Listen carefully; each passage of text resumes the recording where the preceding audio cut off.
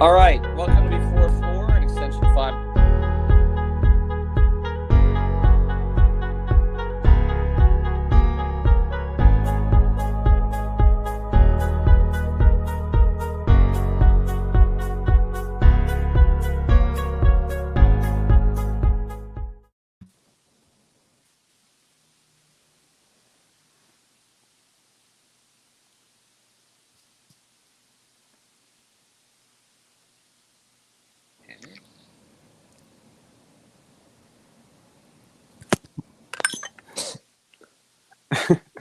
Welcome to this episode of Before Floor. We got some technical difficulties, but we shall have Ethan back here shortly. So this is an extension of Five on the Floor. We are here to unpack this matchup tonight against the Washington Wizards. With me tonight, we have Brady Hawk up top, Marco Romo, and Jonathan Ramlakan. So the regular crew that's been getting together before all of these agonizing defeats, it's felt like.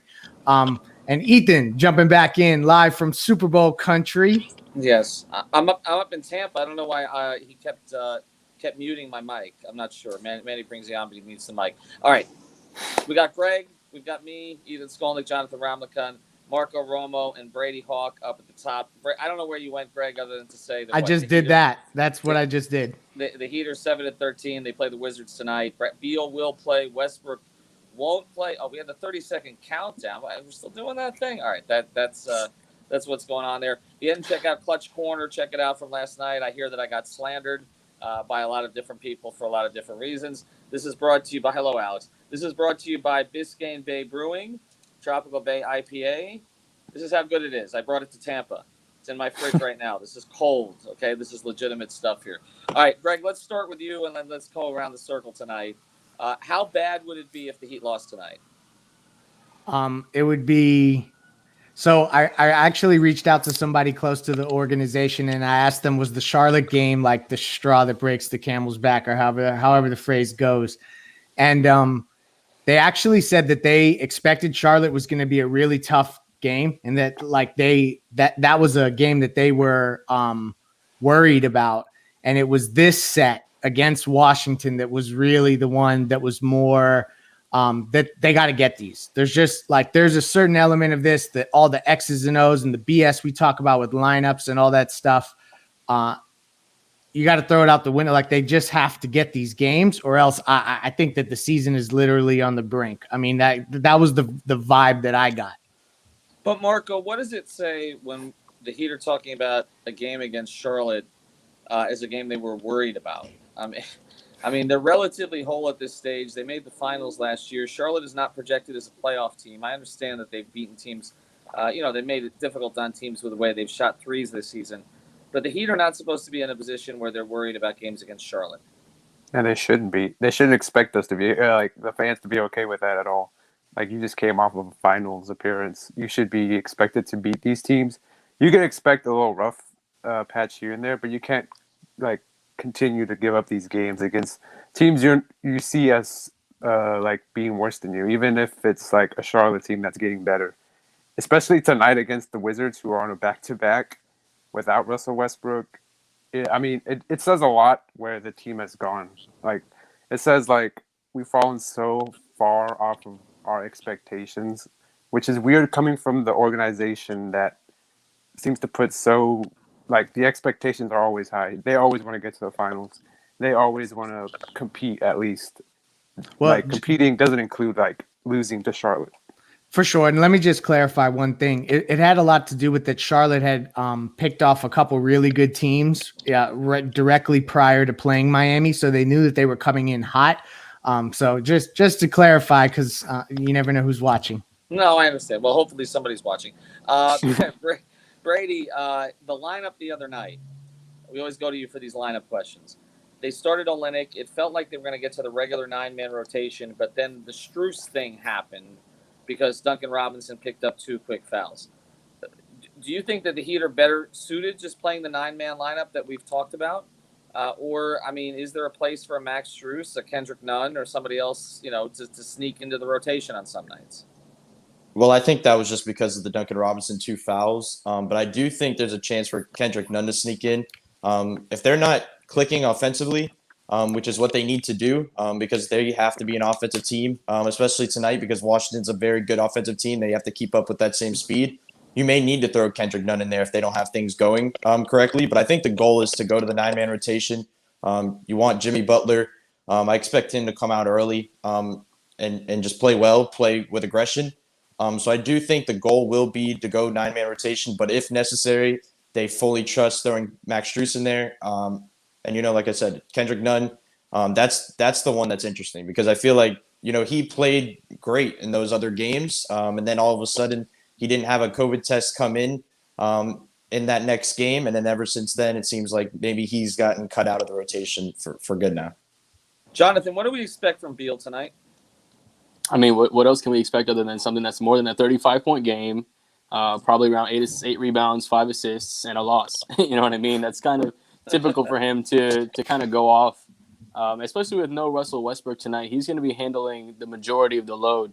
But obviously, we know that we have these random scrub heat killers like Ish Smith, Garrison Matthews, or get Brian, ready for it. whoever's going to turn into Kareem Abdul-Jabbar tonight. We're just ready to see who's that going to be with Russell being out. So I think we're going to see a really good game from Beal, but that never really translates to a win. So I really hope we get like a 50-point game from him. So he's really upset, and we can see his wife tweet about subliminal stuff again after the game. Or maybe we'll get a disgruntled Beal meme on a Miami bench with, the Heat colors in the background. That'll help us push this agenda.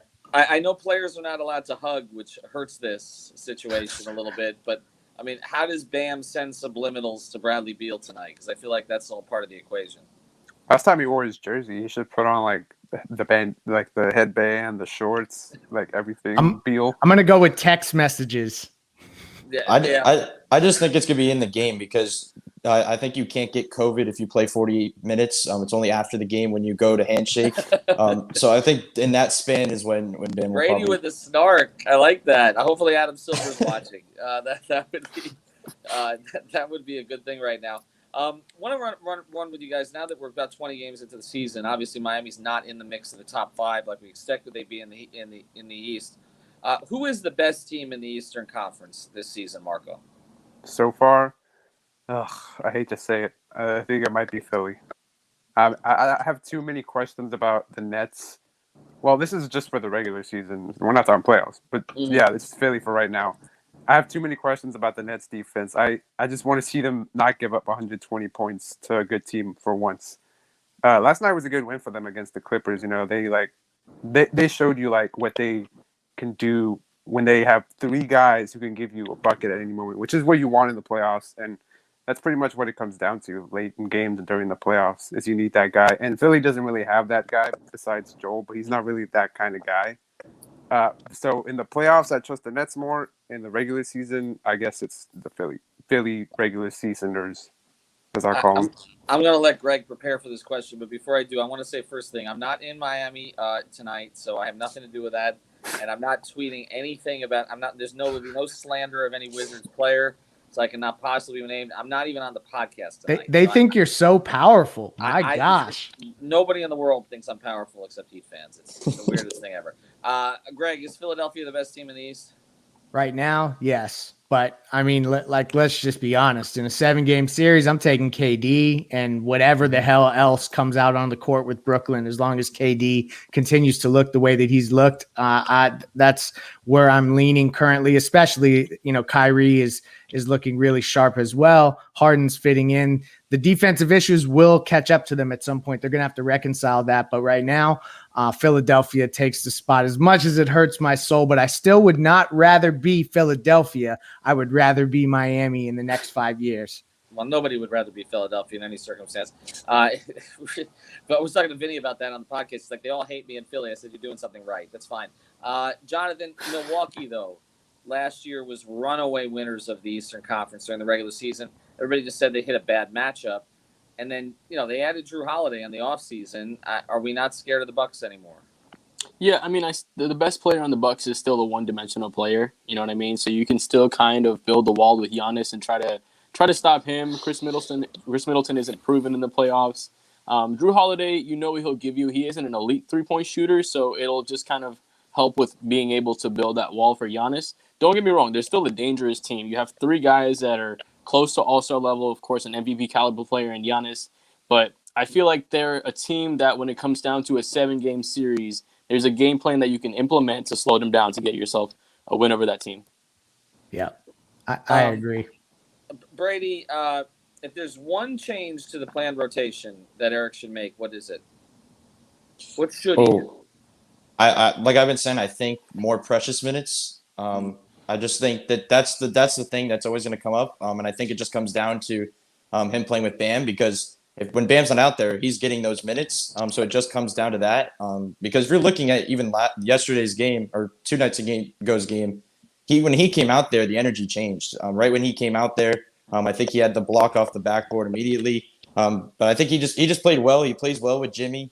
We didn't get to see that much, obviously, with Jimmy out, but I think offensively they fit in very well. Goran, likes throwing the ball to him when they have that bench unit. Tyler Hero, plays very well with him. I see, the fit with everybody. The only fit that's questionable is with Bam. And I think that's going to be the next move. I think we're heading toward, if they want to make, that next jump, I think it's going to come down to Precious getting more minutes with Bam. Marco, give me a scenario where the Heat lose tonight. I mean, I feel like I don't have to give you one. The season's pretty much giving you that. But I feel like they give up threes like they're giving them up very which Cooper Moorhead tweeted out a stat about this. They've been giving up the same looks they did last year, but the teams have just been hitting them more. But tonight with a team like Washington, who is just an offensive first team, the fear is you're going to give up, let's say, 19 threes, 130 points maybe, even without Westbrook out there.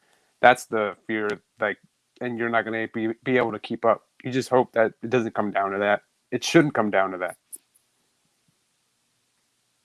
Oh, he's muted. Mute. Greg, give me the scenario where they blow them out. Essentially, you have Jimmy and Bam leading the way. This is about individual efforts. All the X's and O's and the matchups, that's all BS to me. Tonight is a game where your best players have to just will you to win. And I know that that's a little cliche. It's fire in the eyes. You can't measure it just because we don't have the tools to measure it. But this is one of those games where you just literally have to go get it. I mean, I can't state it enough. If they lose these 2, yeah. I don't know. Honestly, if they lose either of these 2, they can't afford to lose either of these 2. Plus, I have Sedano coming on 5 on the floor tomorrow night. Oh gosh, he's going to be completely insufferable if he's not already. If they lose tonight, the scenario where you're in Tampa, Ethan. I'm right. Well, I'm in Tampa. I have absolutely nothing to do with this. I'm not tweeting about Garrison Matthews. There are 3 players in the Wizards rotation. I have no idea who they are.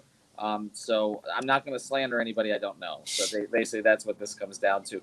All right. Another thing I want to mention, prizepicks.com. I made my picks already. Trae Young over. Make sure that you check out the code 5. That's FIVE. Go to prizepicks.com. It's the new daily fantasy. We pretty much got everybody in the network playing right now. So just throw $20 down, play the flex play. You get half of your money back if you don't hit both players. You don't have that much to lose. And it does become a little bit addictive. You can do all the sports. Ethan, stay as far away as you can from the arena. The closest arena I'm to right now is where the Tampa Bay Lightning play. And by the way, and the Raptors. By the way, Tampa sports have been better than Miami sports over the past year. So that's a little bit distressing. All right, final thing. I will give Jonathan the final word here tonight. Player of the game for the Heat tonight is? It's going to be Bam. I think Bam, he didn't really have an impact on the last couple of games after he's saying he was going to come out ultra aggressive. And I think Bam's going to come out. He has a decent matchup with Brian and Rui Hachimura. If he's able to get any of those guys on him, I feel like he can really cook them. So if Bam starts to be aggressive a little bit early, I feel like we can get a really good game all around, like a 25-point, 12-rebound, 8-assist game from Bam. And the starting lineup was announced. It's the same guys: Hero, D-Rob, Butler, Olynyk, and Adebayo. Which means that the likely 4 off the bench will be Achua, Dragic, Bradley, and Iguodala, right? So those would be the likely 4. We'll see if we get any Max Strus minutes, any Kendrick Nunn minutes. Of course, the other news of today is Myers Leonard officially out for the season. We knew that was happening, and so I hope Myers gets well soon. Obviously, this was kind of a nightmare season for him and for the entire circumstance. So now the Heat have to figure out kind of where they're going to get an extra big at this stage. Kelly Olynyk is starting. Iguodala is coming off the bench. All right, thanks for joining us. Post-game show. I don't know who the hell's on it tonight. I do know that Greg's going to be hosting the pod. Alana's filling in for me on the pod tonight, so that'll be a little bit of a different voice. And Alex is at the arena, so follow him at Tropical Blanket. Also follow Brady Hawk 305 for the post-game stuff. Have a good night.